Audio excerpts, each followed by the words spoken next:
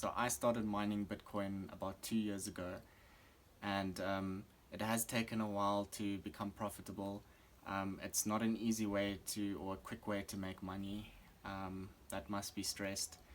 Um, it's certainly a lot more effective to actually buy Bitcoin and then wait for the value to rise dramatically, like it will in the Bitcoin halving phase, which is going to happen on the 11th of May.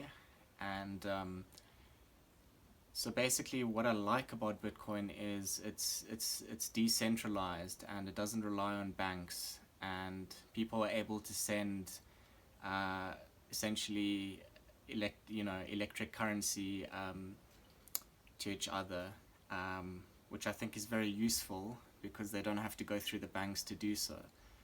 Um, and I think it is certainly it could be the future of money. I'm not saying it is, but it does have a lot of potential. And when people say that it has no real value, well, that's not entirely true, because what creates the value is the demand of something and the utility of something. So if the demand is high enough and the utility is versatile enough that you're able to use it, not only on the internet but in conjunction with banks, it becomes quite valuable because uh, it's very useful, and it's becoming more useful than it has been in previous years. And I think people are starting to realize that it does have value.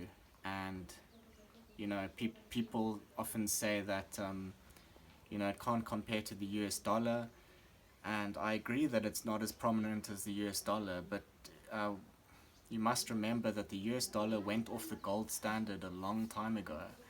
So the US dollar is no longer backed by gold and hasn't been backed by gold for a long time.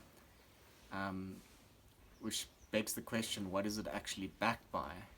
Um, and I've done some research into this, and the answers that I've found is that uh, basically currency is valued by people's faith in it. So if people believe in the value of something, then it is going to be more valuable. If people put their faith in Bitcoin and invest in Bitcoin, then the value will increase dramatically, as you can look at statistics in the past, it has done.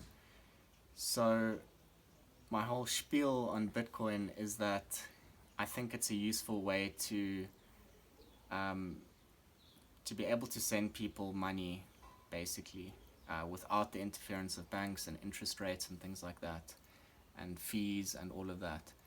And I think um, any opposition to centralized banking is a good thing, because the last thing that you want in the society is monopoly.